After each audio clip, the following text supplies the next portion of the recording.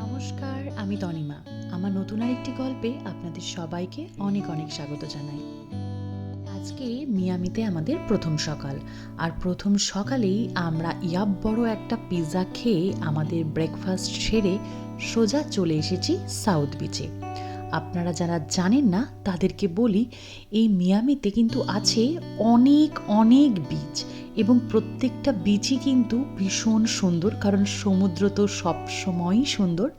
কিন্তু সাউথ বিচে আসার অন্যতম প্রধান কারণ হচ্ছে, সব জায়গাতে একটা স্পেশাল জায়গা থাকে না, তো মিয়ামিতে হচ্ছে স্পেশাল বিচ যাকে বলা হয়, সেটা হচ্ছে এই সাউথ বিচ।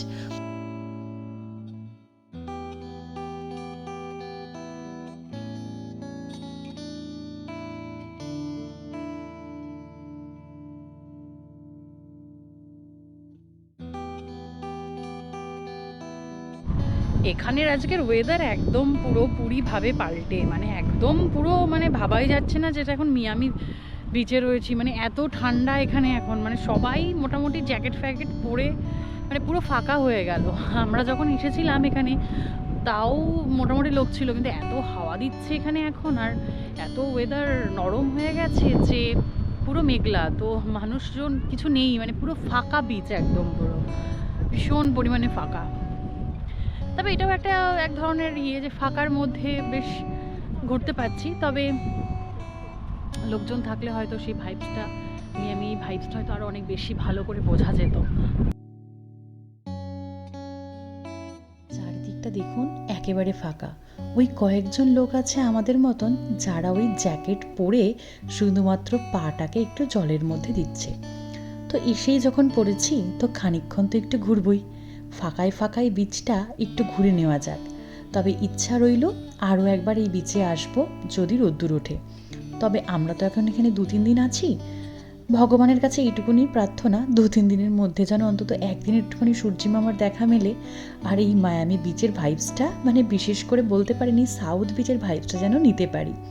কারণ বিচে লোক না থাকলে সেই বিচে এসে কিন্তু খুব একটা মজা নেই। তাহলে চলুন এবার ওই পাশটাও একটু ঘুরে নেওয়া যাক। আর আমার এই সমুদ্রের রঙটা দেখে না পুরো পাগল পাগল অবস্থা, জানেন।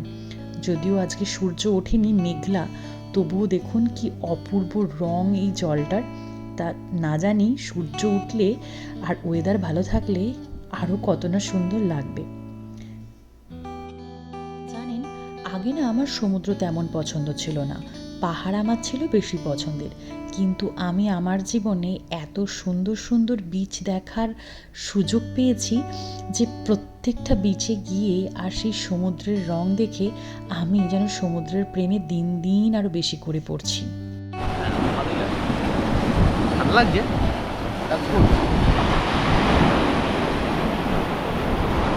পাখিটা ওড়াচ্ছে, ওই ছবিটা তোলো। হ্যাঁ, বিচ থেকে বেরিয়ে আসলাম, এবার বাড়ির দিকে যাব।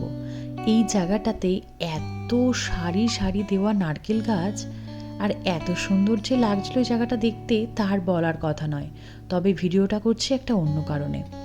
গাছগুলোর দিকে তাকালেই বুঝতে পারবেন যে কি প্রবল হাওয়া বইছে এখানে। বিচের ধারে দাঁড়ানোর মতন উপায় নেই। তো অনেক কষ্টে খানিকটা সময় কাটিয়ে এবার চলুন বাড়ির দিকে যাই।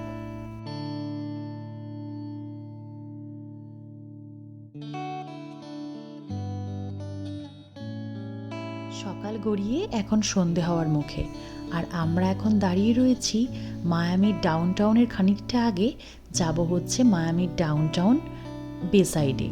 বেসাইড হচ্ছে একটা দারুণ সুন্দর জায়গা, মানে এন্টারটেনমেন্টের জন্য, খানিকটা সময় কাটানোর জন্য, এবং ওই বলতে পারেন একটা ছোটোখাটো মেলা মতন, যেখানে বসে আপনি অনেকক্ষণ সময় কাটাতে পারবেন, সমুদ্রের ধারে রেস্টুরেন্টে বসে খাওয়া দাওয়া করতে পারবেন। তাছাড়াও চাইলে আপনারা প্রচুর জিনিসপত্র নিজেদের জন্য কেনাকাটাও করতে পারবেন। তো আমাদের আজকে কেনাকাটা করার কোনো প্ল্যান নেই। আমাদের প্ল্যানটা হচ্ছে প্রথম দিন বেসাইডে এসে এই পুরো জায়গাটা একটু ঘুরে দেখা, মানে ওই যে কী কী দোকান আছে, কেমন কেমন দোকান আছে, এই সব কিছু। আর তারপরে একটুখানি বসে সমুদ্রের ধারে সময় কাটাবো।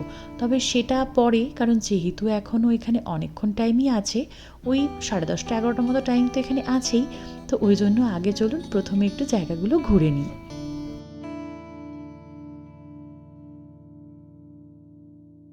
এখানে বসে মানে ওই সমুদ্রের ধারে যদি একটু রেস্টুরেন্টে বসে আপনারা সময় কাটাতে চান, তো অন্য সময় কি হয় জানি না, তবে আমরা যখন গেছিলাম তখন তো ক্রিসমাসের সময় ছিল, প্রচণ্ড পরিমাণ ভিড় ছিল।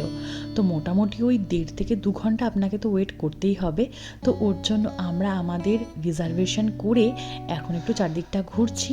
ওই 1 ঘন্টা মতো পরে আমাদের বলল যে এইখানে কোনো দুটো সিট ফাঁকা হতে পারে। তো ওই জন্য আমরা একটু এই জায়গাটা ঘুরে দেখছি। আর চলুন আপনাদেরকেও নিয়ে যাই, এই চারিদিকটা একটু ঘুরে দেখি, তারপর খানিকটা বসে সময় কাটানো যাবে। কারণ একবার রেস্টুরেন্টে বসে পড়লে খাওয়া দাওয়া করার পর তখন আর মনে হবে না যে এই জায়গাগুলো ঘুরে দেখি। আর তাছাড়াও যদি অনেকটা রাত হয়ে যায় তখন কিন্তু এই সব দোকানপাটগুলো আস্তে আস্তে বন্ধ হতে শুরু হয়ে যাবে। এখন যে জায়গাটাতে আমরা দাঁড়িয়ে রয়েছি, এই জায়গাটা বলতে পারেন এই বে সাইডের সব থেকে আকর্ষণীয় জায়গা। এবং ওই যে দূরে গোল মতন একটা বড় নাগরদোলা দেখতে পাচ্ছেন, ওটা কিন্তু মোটামুটি শহরের অনেক জায়গা থেকেই দেখা যায়। আর এই যে সামনের রেস্টুরেন্টটা, এখানে রিজার্ভেশন করে আমরা এখন অপেক্ষা করছি। তো আমাদের রিজার্ভেশন করা মোটামুটি 0.5 ঘন্টা 35 মিনিট মতন হয়ে গেছে। তো হয়তো আর 0.5 ঘন্টার মধ্যেই আমরা একটা জায়গা হয়তো পেয়ে যাব।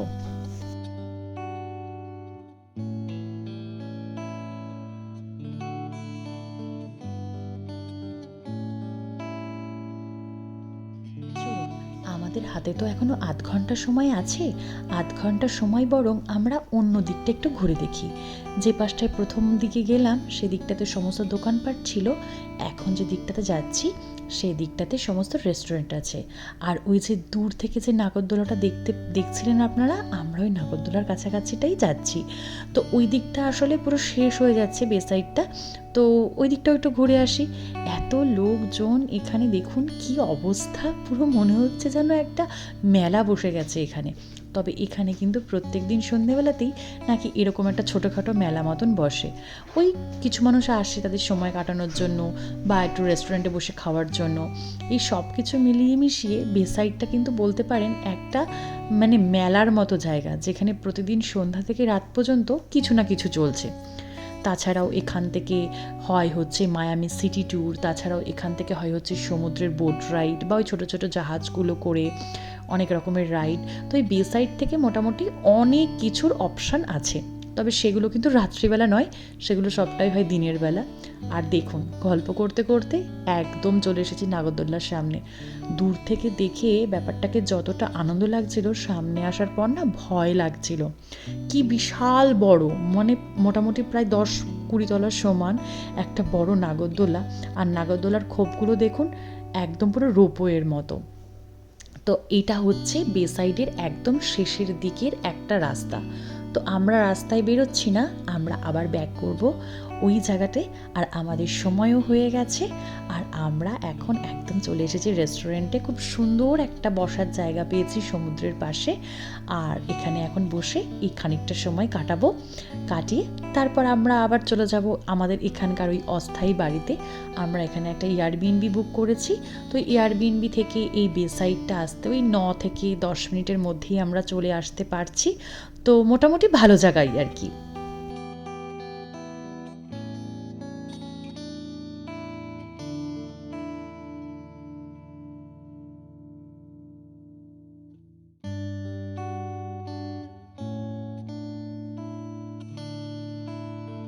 সারাটা দিন একদম সকাল থেকে রাত পর্যন্ত বেশ আনন্দ মজায় কাটলো। আর আজকে সারাদিনের প্রত্যেকটাই ছোট ছোট ট্যুরগুলোও কিন্তু বেশ মজায় আনন্দে কাটলো। তাহলে চলুন আজকের মতো ভিডিওটা এখানেই শেষ করি। আর যেতে যেতে যেইটুকুনি চোখে ভালো লাগে তা আপনাদের সাথেও একটু শেয়ার করি। দেখা হচ্ছে খুব তাড়াতাড়ি মায়ামির নতুন আরও একটি ব্লগে, নতুন আরও অনেক গল্প নিয়ে। সবাই ভীষণ ভালো থাকবেন, সুস্থ থাকবেন। আর তনিমার গল্পের এই নতুন নতুন গল্প যদি আপনাদের ভালো লেগে থাকে, তাহলে চ্যানেলটি প্লিজ সাবস্ক্রাইব করবেন, লাইক অ্যান্ড কমেন্ট করবেন। আর যদি এই ভিডিওটি আপনারা ফেসবুকে দেখে থাকেন, তাহলে অবশ্যই চ্যানেলটিকে ফলো করবেন এবং এভাবেই পাশে থাকবেন, ভালোবাসা দেবেন, ভুল ত্রুটি সব কিছু কমেন্টের মাধ্যমে জানাবেন। তাহলে চেষ্টা করব সেগুলোকে ঠিক করে আরও নতুন নতুনভাবে আপনাদের সামনে ভিডিও প্রেজেন্ট করার। সবাই ভীষণ ভালো থাকবেন, সবাইকে আরও একবার টাটা, বাই।